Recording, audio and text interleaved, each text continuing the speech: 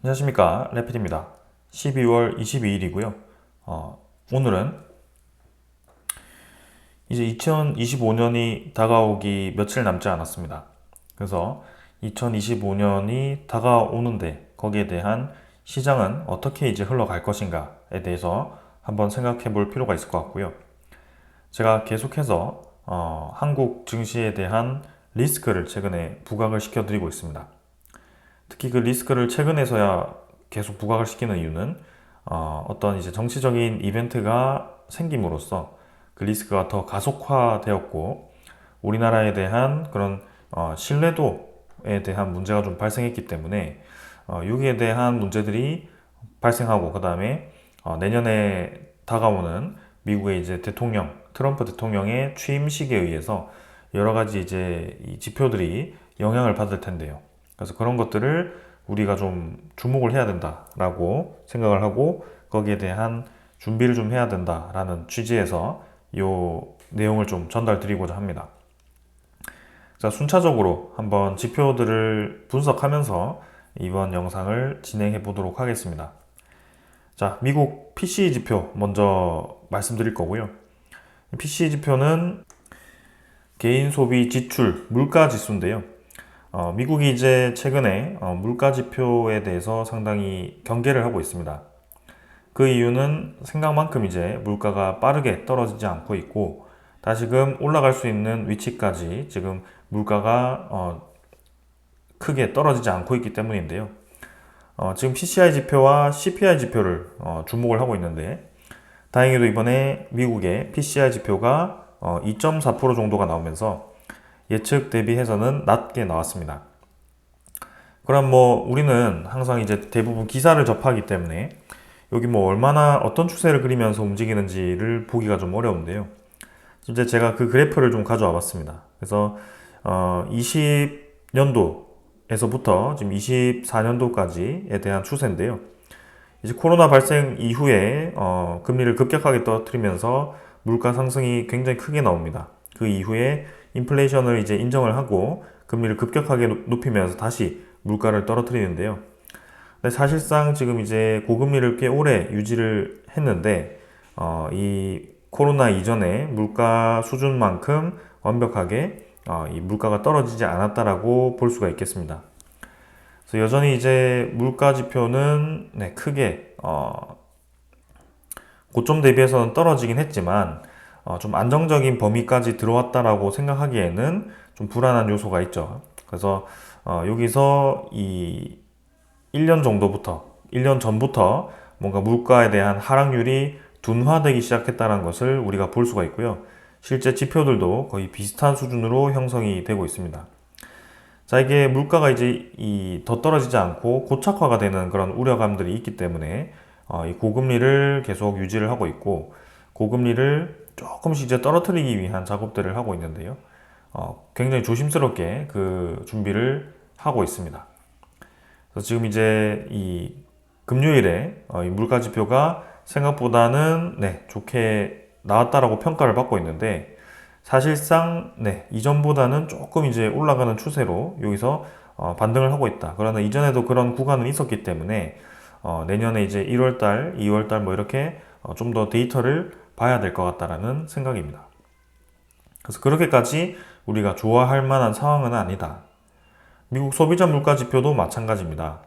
고점을 찍고 이제 떨어져서 어느 정도 떨어졌지만 여전히 이제 3% 근처에 위치를 하고 있고요. 물가가 코로나 이전보다 네, 지금 이제 코로나 이전만큼 안정화되었다라고 보기에는 아직은 좀 무리가 있다. 그래서 여전히 인플레이션에 대한 위험도는 있다라는 것을 우리가 생각을 해야 됩니다. 근데 이거는 이제 미국의 데이터고요. 중요한 건 이제 우리나라겠죠. 한국의 소비자 물가 지표를 보게 되면 한국의 CPI 지표는 이미 1%대를 지금 이제 도달을 했습니다. 그래서 당장 지금 12월 31일에 아직 발표는 되지 않았지만 12월 3일에 발표되었던 11월에 그 소비자 물가 지표는 1.5%, 11월에는 이제 1.3%까지 이렇게 나왔고요. 예측 대비해서 오히려 낮게 나오고 있죠. 그래서 우리나라 한국 시장이 굉장히 지금 침체되어 있다는 것을 느낄 수가 있고, 아까 미국의 소비자 물가지표는 이렇게 쭉 뭔가 안정화되어서 2%대 수준에서 다시 올라갈 만한 준비를 하고 있었다면, 우리나라의 물가지표는 다시 이렇게 뚝뚝뚝 떨어지고 있는 그런 추세죠. 그래서 한국과 지금 미국의 상황이 완전히 다르다는 것을 우리가 알 수가 있습니다. 자, 이렇게 이제 침체가 신호가 나타났기 때문에 한국도 이제 기준금리를 떨어뜨리기 시작하는데요. 지금 이제 기준금리를 이렇게 동결하지 않고 연속으로 2번 떨어뜨린 게 상당히 이례적이다라는 평가를 받고 있습니다. 그래서 미국만큼은 아니지만 고금리를 꽤 오랫동안 유지를 했었고요. 3.5%대로. 그 이후에 지금 최근에 경기 침체 시그널을 보았기 때문에 지금 2단계 연속으로 이렇게 한국은행이 기준금리를 떨어뜨리게 됩니다. 그렇다면 지금 미국의 기준금리는 어떻게 되고 있느냐? 미국도 마찬가지 기준금리를 차곡차곡 지금 떨어뜨리고 있습니다. 빅커트 이후에 지금 이제 연속 2번 금리를 떨어뜨림으로써 미국도 같이 금리가 낮아지고 있습니다. 언뜻 보면 한국도 그렇고 미국도 그렇고 이제 서서히 금리를 떨어뜨리면서 2025년에는 시장이 금리가 좀 낮아지면서 안정화되겠구나라고 우리가 생각할 수 있었는데요. 근데 그게 이제 서서히 그 흐름들이 깨지기 시작합니다. 문제는 이제 미국의 기준금리를 이렇게 급격하게 떨어뜨렸음에도 불구하고 오히려 이제 미국의 10년물 국채금리, 시장의 채권금리라고, 아니 시장금리라고 할 수 있는 이 국채 10년물이 오히려 금리가 다시 올라가기 시작하거든요. 그래서 굉장히 지금 시장에 부담감을 주고 있습니다. 이건 21년도부터 쭉 이제 지금 계속해서 국채금리가 상승하는 그래프를 우리가 볼 수가 있고요. 최근에서는 5% 근처까지 국채금리가 다시 치솟고 있습니다. 그러면 지금 미국 10년물 국채금리는 왜 이렇게 올라갈까요? 기준금리를 떨어뜨렸음에도 불구하고 이렇게 10년물 국채금리가 올라간다는 것을 우리가 좀 이제 이상하게 생각을 할 수가 있는데요. 한번 좀 더 근본적으로 접근을 해보면 이 국채금리가 올라간다는 것은 국채에 대한 가격이 떨어진다라고 생각을 하시면 됩니다. 결국에는 국채 가격이 싸질수록 이제 수요가 부족하다라는 신호이고, 거기에 대해서 이자율을 높여서 수익률을 높여서 국채에 대한 수요를 다시 높이는 방향으로 진행이 되는 것이 채권 시장인데, 지금은 그렇게 진행되고 있다. 그럼 국채금리가 지금 21년도부터 24년도까지 쭉 이렇게 올라오는 이유가 분명히 있겠죠. 그 이유가 국채에 대한 가격이 떨어졌다라는 얘기인데요. 그럼 국채가 왜 하락을 했느냐? 결국에는 이제 이 미국의 채권 발행량을 엄청나게 늘렸다라고 생각을 할 수가 있고, 그리고 기존의 채권을 가지고 있는 보유자들이 미국의 채권을 보유량을 줄이고 있다라고도 볼 수가 있습니다. 그래서 채권 발행량이 많아졌고, 그 다음에 채권을 들고 있는 사람들도 이제 만기가 되기 전에 이제 트레이드 형태로 채권을 미리 이제 매도를 해버리는 그런 상황이 벌어질 수가 있는데요. 그럼 이 상황이 지금 왜 나타나느냐? 미국이 앞으로도 채권에 대한 가격이 떨어질 수 있다라고 시그널을 줬다면, 그렇다면 충분히 지금 이런 이 채권에 대한 투매 매도와 그 다음에 채권 발행량에 대한 그런 기대감으로 국채금리가 더 올라갈 수 있다라는 상황이 만들어지겠죠. 그래서 지금 이것이 뜻하는 이유는 이 시장에 대한 투자자들이 지금 국채금리를 결정하게 되는데, 그 기준금리를 결정하는 연준과는, 그죠, FOMC와는 지금 상반된 움직임을 보이고 있다는 거죠. 그래서 결국에는 중앙은행이 지금 이 시장에 대한 금융, 그죠, 시장에 대한 그런 이제 이 금리를 결정할 수 없다, 영향력을 지금 행사할 수 없는 상황이 만들어졌다라는 겁니다. 그만큼 통제가 지금 안 되고 있고, 그만큼 연준이 생각하는 것보다 이 주도권이, 그죠, 돈들이 많이 이미 빠져나가 있다. 외인 투자자라든지 그런 일부 투자자에 의해서 움직이기 때문에 미국의 중앙은행의 손에 대한 영향이 벗어났다라고 볼 수가 있습니다. 그 자체가 지금 리스크가 굉장히 크다라고 볼 수가 있는데요. 기준금리를 내려서 시장금리가 내려가야 되는데, 시장금리가 올라서 기준금리를 내리기가 어려운 그런 이상한 상황이 벌어지고 있습니다. 자, 요거는 이제 한국의 10년물 국채금리 시장인데요. 한국도 마찬가지 같은 그림을 그리고 있습니다. 국채금리가 올라갔다가 최근에 다시 떨어지고 있는 분위기인데, 미국과는 좀 다르죠. 미국 국채금리는 올라가서 쭉 계속 이제 올라가는 분위기라면, 한국은 고점을 찍고 다시 떨어지고 있는 분위기입니다. 한국은 기준금리를 떨어뜨림으로써 시장금리도 같이 내려가는 격이고, 미국은 기준금리를 내렸는데도 시장금리가 오히려 반대로 올라가는 분위기죠. 우리나라와 완전히 다른 분위기입니다. 그만큼 한국은 침체를 겪고 있고, 미국은 많은 자금들이 지금 시장에 유입이 되어 있고, 기준금리 중앙은행이 결정하는 그 규칙대로 흘러가지 않을 정도이다라는 것을 확연하게 보여주는 결과인 것 같습니다. 자, 그래서 이 채권 두 개만 비교를 하더라도 사실 지금 신규 투자, 아직 미국의 채권이라든지 한국의 채권을 들고 있지 않은 사람 입장에서도 당연히 국가적인 안정도가 높고 수익률이 높은 미국 국채를 선택할 확률이 높습니다. 그래서 신규 투자에 대한 이 투자자도 미국 시장으로 유입이 될 거고요. 그리고 지금 10년물 국채 금리를 국채를 가지고 있는 사람들도 미국 입장에서는 일부 이제 그 추가적인 국채 발행이라든지 아니면 국채에 대한 하락 때문에 단기로 이제 팔아서 나갈 수는 있겠지만 결국에는 그것을 빼고 우리나라 채권 시장을 들어오지는 않겠죠. 왜냐하면 원화에 대한 약세가 최근에 심화되고 있고, 그다음에 한국에 대한 이 채권 가격이 반등을 하기가 좀 쉽지 않아 보이기 때문입니다. 그런 상황에서 이제 우리나라의 채권을 가지고 있는 투자자들 입장이라면 한국의 원화 가치가 계속 떨어지고, 그 다음에 채권 가격이 단기간에 계속 밀릴 거라고 생각한다면 이탈을 할 수도 있거든요. 그래서 그런 위험도가 좀 있고, 그래서 우리나라에서 계속 연기금이라든지 그런 이제 중앙은행에서 이 채권을 매입량을 늘리면서 방어를 하려고 노력을 하고 있습니다. 좀 미국과 완전히 다른 상황입니다. 미국은 외부의 자금들이 엄청나게 유입이 되고 있고, 우리나라는 외부의 자금이 계속 빠져나가는 형태로 진행이 되고 있습니다. 그래서 그게 지금 점점 장기화가 되면 상당히 부담스러운 구간에 진입을 할 텐데요. 지금은 그러한 상황으로 가고 있다. 그래서 미국의 달러 지수를 보게 되면요. 미국 중심으로 가고 있다는 것이 느껴집니다. 결국에는 2021년부터 쭉 이제 달러 지수가 올라와가지고 거의 뭐 107포인트까지 지금 근처까지 올라왔고요. 사실상 이제 5년 이 그래프를 제가 그려왔는데 5년 대비해서 가장 거의 높은 지점에 위치하고 있다.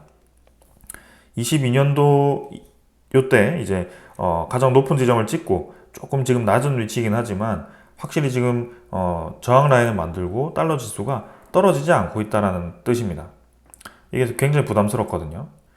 근데 원달러 환율을 보게 되면 달러 지수는 요 22년도 대비해서 지금 고점을 넘지 못했는데, 원달러의 환율 지수를 보게 되면 지금 이미 22년도에 원달러의 환율 고점을 넘어섰습니다.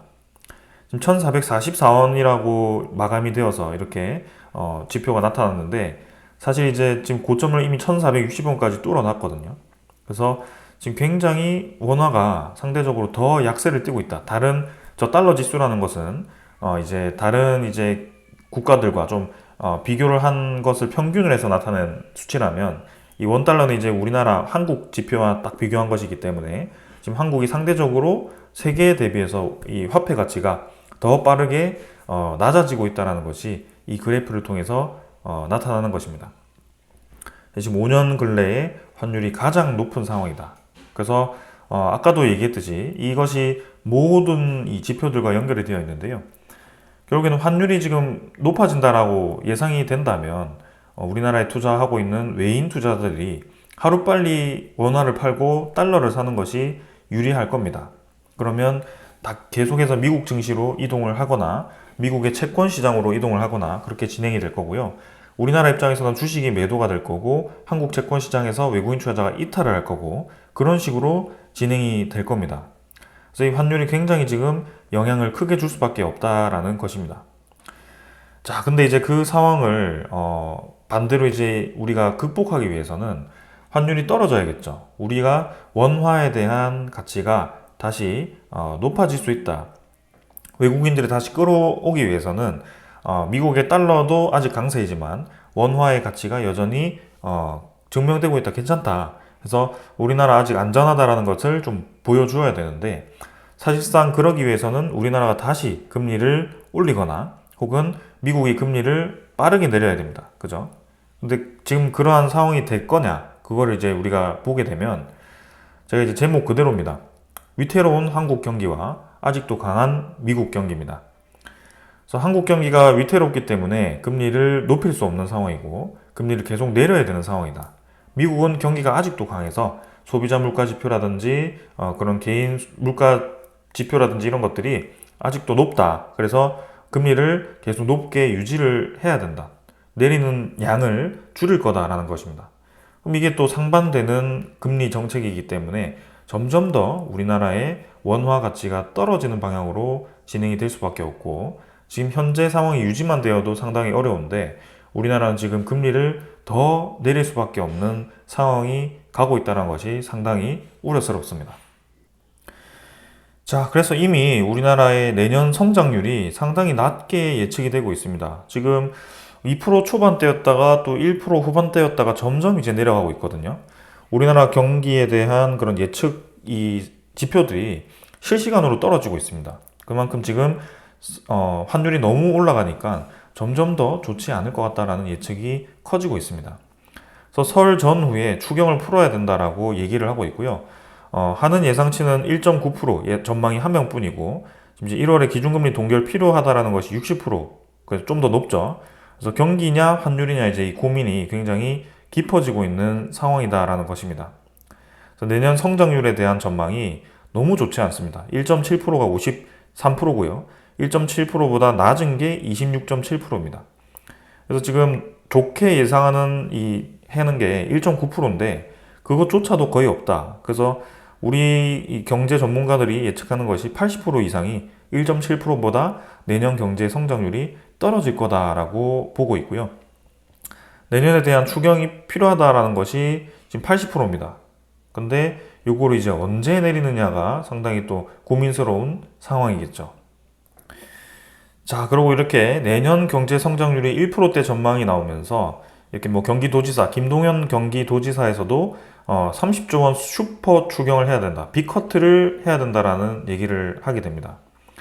그래서 경기가 침체되면 세수가 감소되고 재정이 악화되고 소비 투자 위축에 악순환이 된다. 그렇기 때문에 지금 슈퍼 추경을 해야 되고 빅커트라는 말은 뭐죠?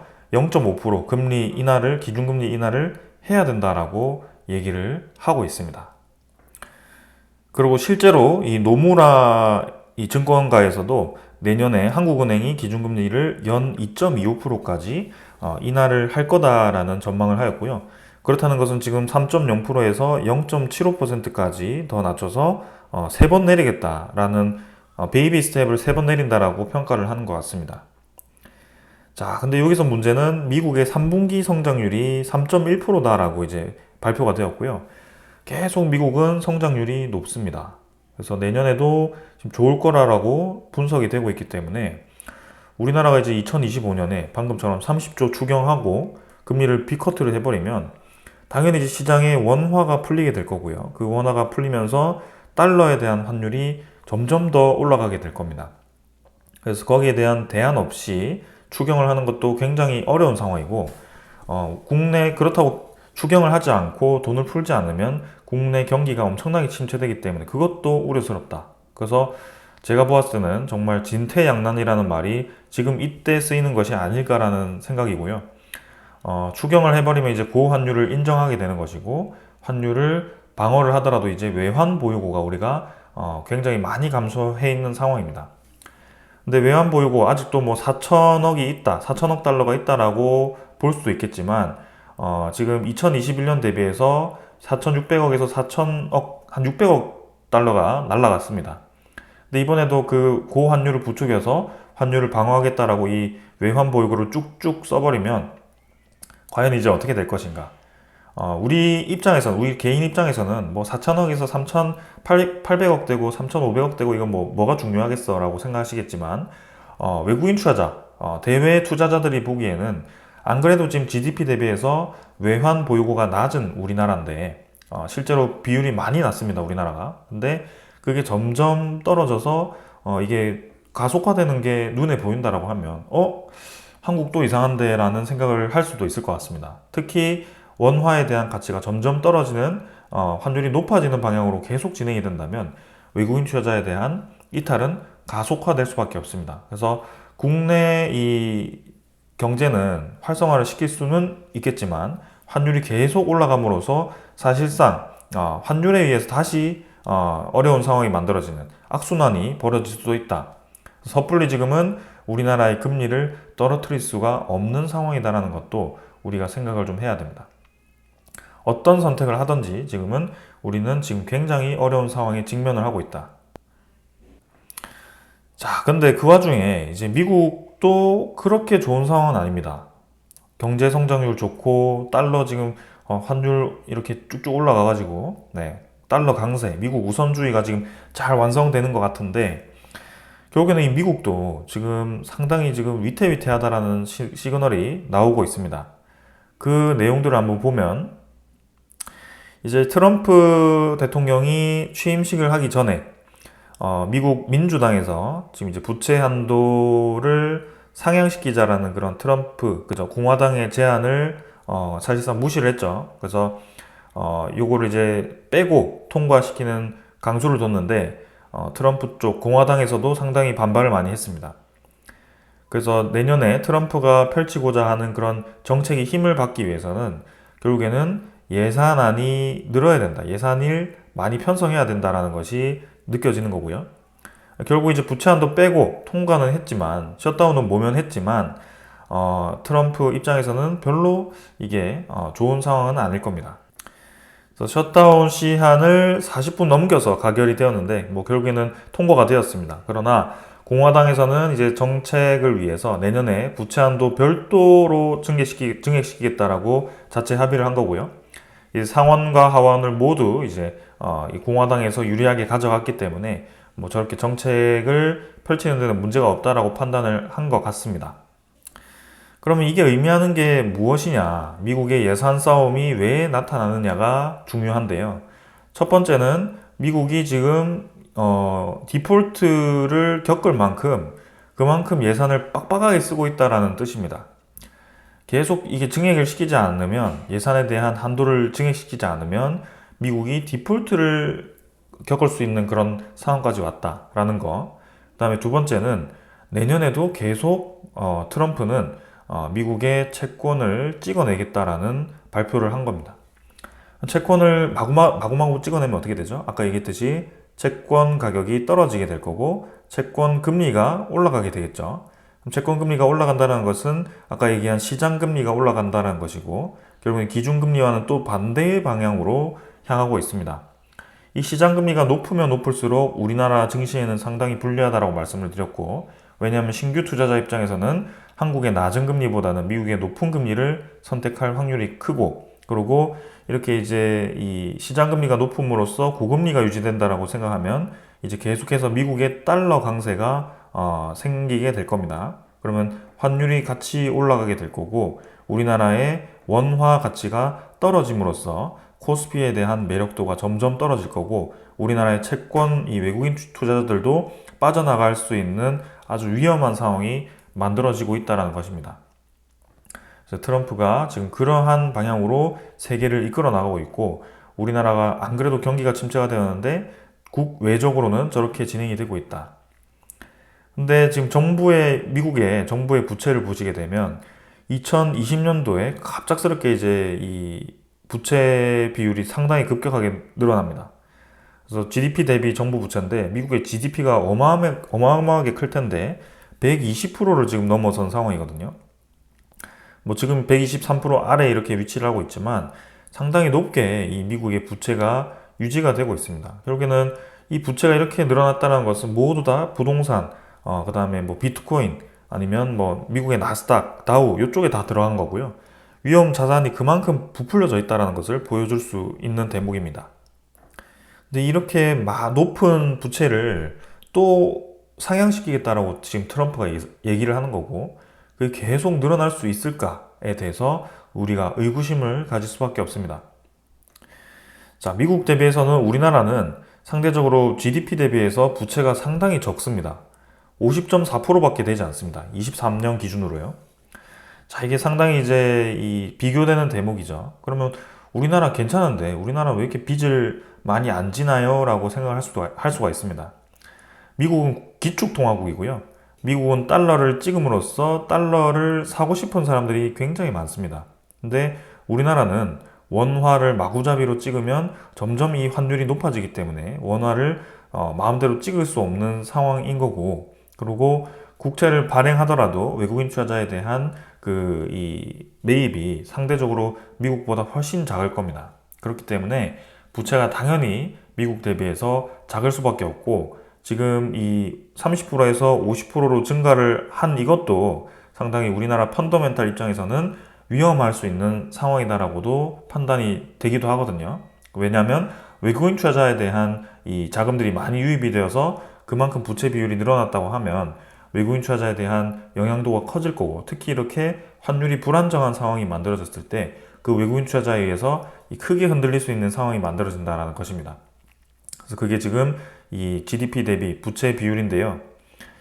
자, 그럼 미국이 지금 이전 5년 말고 전체적으로 봤을 때 GDP가 도대체 GDP 대비해서 부채 비율이 얼마나 높은 상황인가라고 생각을 해보면, 비교를 해보면, 자, 1940년도부터 2023년도까지 부채 비율에 대한 그래프를 그려보면 1940년도에 이 100% 가까이 117%까지 올라갔다가 쭉 떨어져서 그게 서서히 올라와서 지금까지 이렇게 계속 올라왔던 겁니다.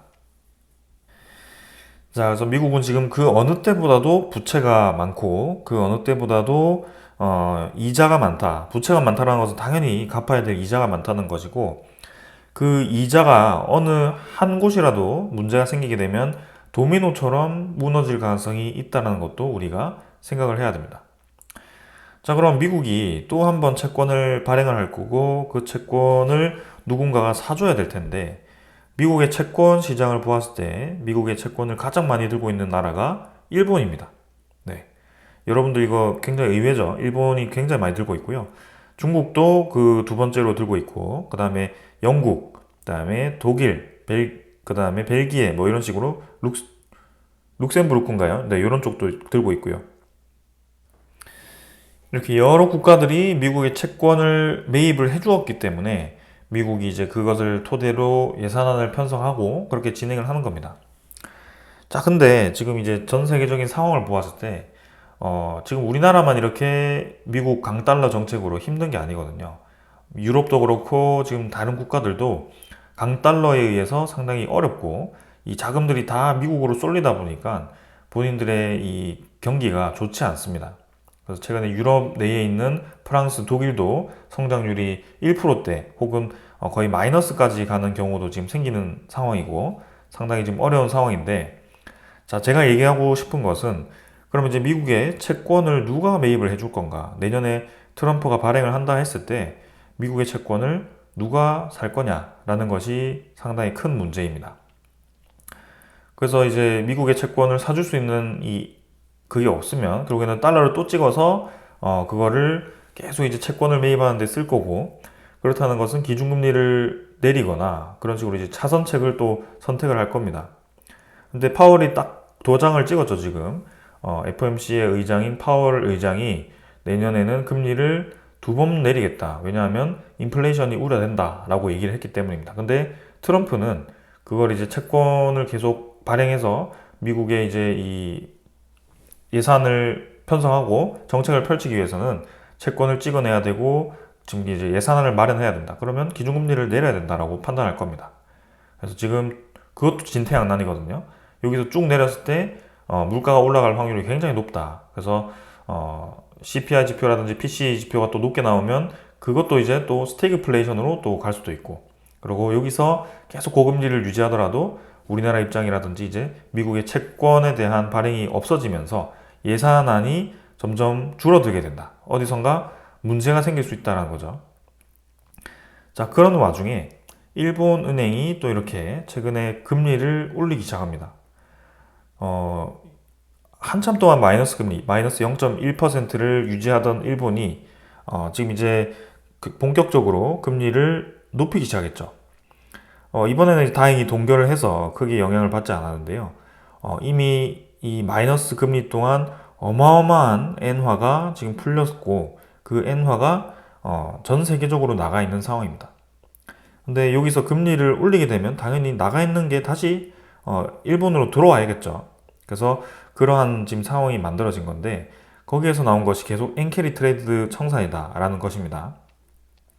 그래서 수익 높게 보고 있는 거 팔아버리고 다시 이제 우리 새로운 투자처를 찾겠다라는 것이 이 엔캐리 트레이드 청산인데 그게 지금 일본이 금리를 올림으로써 영향을 받을 수 있다. 근데 그 일본 은행이 지금 이제 일본이 미국의 채권의 보유국 1위입니다. 네. 이게 일본이 좋아서 일본에 돈이 너무 많아서 채권을 이렇게 많이 샀을까요? 미국 채권을? 저는 결코 그렇지 않다라고 생각합니다. 결국에는 저 오래된 마이너스 금리에 의해서 일본이 계속해서 미국의 채권을 매입을 했을 가능성이 있다라고 생각이 들고요. 최근에 올라가는 그 금리에 대해서 이 일본의 채권 보유량도 분명히 영향을 받을 수 있다. 그러면 당연히 미국이 흔들릴 수밖에 없는데 지금 이제 금리를 동결시키는 것도 트럼프를 좀 달리기 위해서 트럼프의 정책을 동조하기 위해서 왜냐하면 금리를 더 올려버리면 저 미국 시장에서 일본 엔화들이 빠지기 시작할 거거든요. 그런 것들을 우려해서 지금 동결을 하는 게 아닌가. 근데 결국에는 일본도 내수 시장을 생각을 할 수밖에 없고 거기에 대해서 금리를 움직일 텐데 그게 어떤 방향으로든 간에 좀 이제 미국에겐 상당히 부담스러운 상황이 되었다라는 것입니다. 자, 그러는 와중에 이제 미국의 부동산발 금융위기가 예측이 된다라는 소리가 있는데 그 이유는 2025년에 만기 상업용 부동산 부채가 1조 5천억 불이 이제 도래합니다.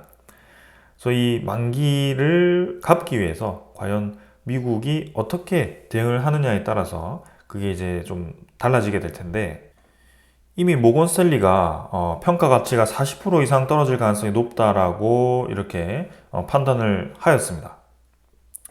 자, 이때는 이제 실리콘밸리 은행이 파산이 되었고 그 파산 이슈가 한참 나오면서 와 이거 정말 또 금융위기 오는 거 아니냐라는 그런 예측이 또 나왔었는데요. 미국 상업용 부동산 부채가 지금 2025년에 도래했을 때 과연 그게 어떻게 될 거냐라는 것입니다.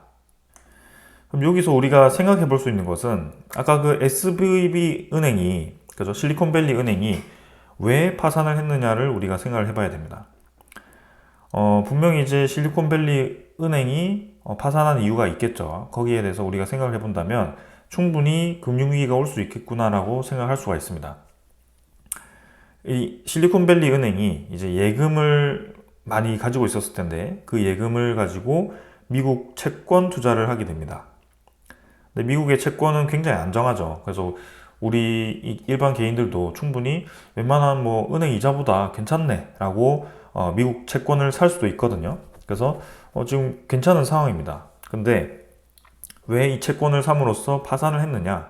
결국에는 채권은 두 가지 투자 방법이 있습니다. 첫 번째는 만기 투자가 있는데 만기는 이제 원금을 보장해주고 이자 수익률을 같이 주는 건데요. 두 번째는 만기가 되기 전에 매도를 했을 때는 이제 채권에 대한 트레이드를 하게 됩니다.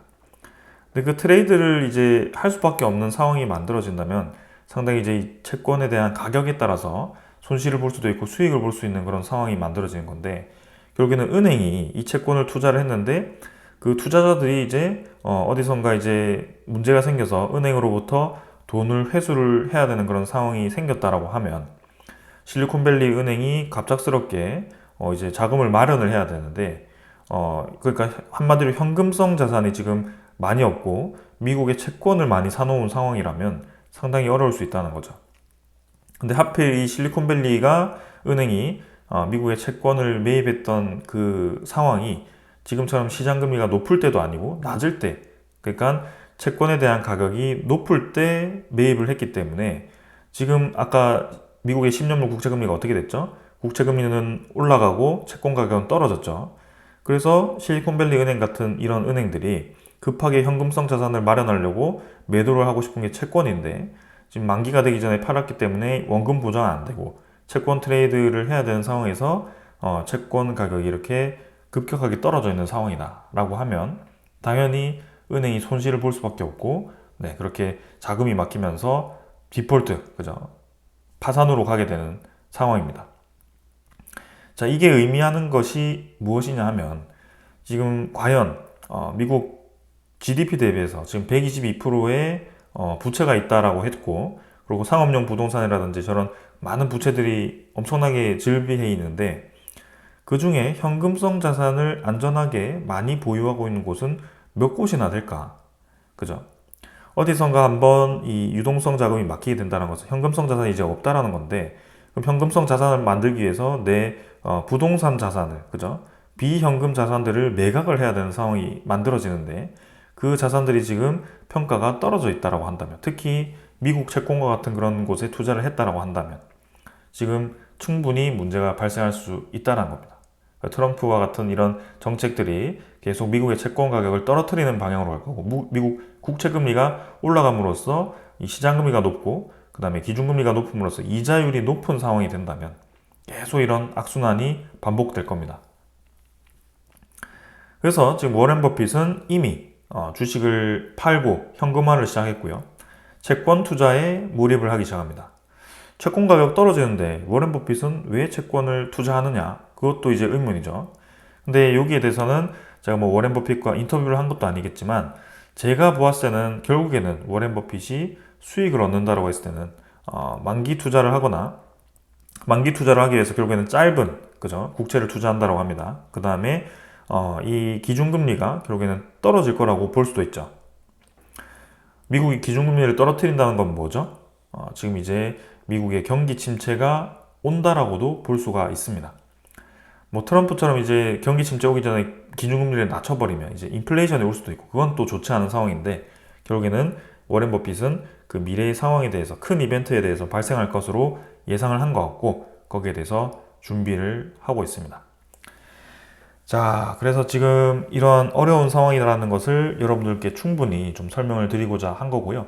2025년 딱 정리를 드리면, 결국에는 한국은 경기가 좋지 않아서 기준금리를 낮추는 방향으로 진행이 될 거고, 미국은 경기가 괜찮은데 계속 기준금리를 유지를 할 거다. 왜냐하면 이미 기준금리를 내려도 시장금리가 높아지고 있고, 이 시장금리라는 것은 채권에 대한 발행량이 높아지는 방향으로 갔을 때 점점 더 올라질 수 있는데, 그게 하필 트럼프 대통령의 정책 방향과 일치한다. 그러면 한국과 이 미국의 금리 방향이 다르고, 당연히 미국으로 자금이 쏠릴 수밖에 없기 때문에 고환율은 점점 더 극심화될 거다. 그래서 이 고환율에 의한 한국의 영향이 또 받게 되면 한국은 점점 경기가, 특히 기업 위주로 침체가 될 가능성이 크기 때문에 상당히 2025년은 어려울 수 있다는 것이고, 그리고 미국 시장도 이렇게 마냥 긍정적인 시장이 아니다. 저렇게 이제 만기 부채가 도래하는, 특히 상업용 부동산에서 대량의 부채가, 이 만기가 도래하는데 그것을 이제 어떻게 해결하는지가 상당히 중요한 상황이다라는 것입니다. 그래서 2025년은 상당히 어려울 수 있기 때문에 이런 것들을 좀 염두에 두시고 투자에 임하는 것이 좋을 것 같고요. 기업의 분석보다도 이러한 시장에 대한 거시적인 관점을 좀 더 키워가는 것이 이제 리스크를 관리하는 입장에서는 좋을 것 같습니다. 그래서 리스크가 왔다는 것은 우리가 충분히 관리만 할 수 있다면 또 다른 기회가 될 수 있기 때문에, 그런 기회로 이제 활용을 해서 또 이제 수익을 얻을 수 있도록 한번 노력을 해보면 좋을 것 같습니다. 저는 여기까지 하고 마무리하겠습니다. 감사합니다.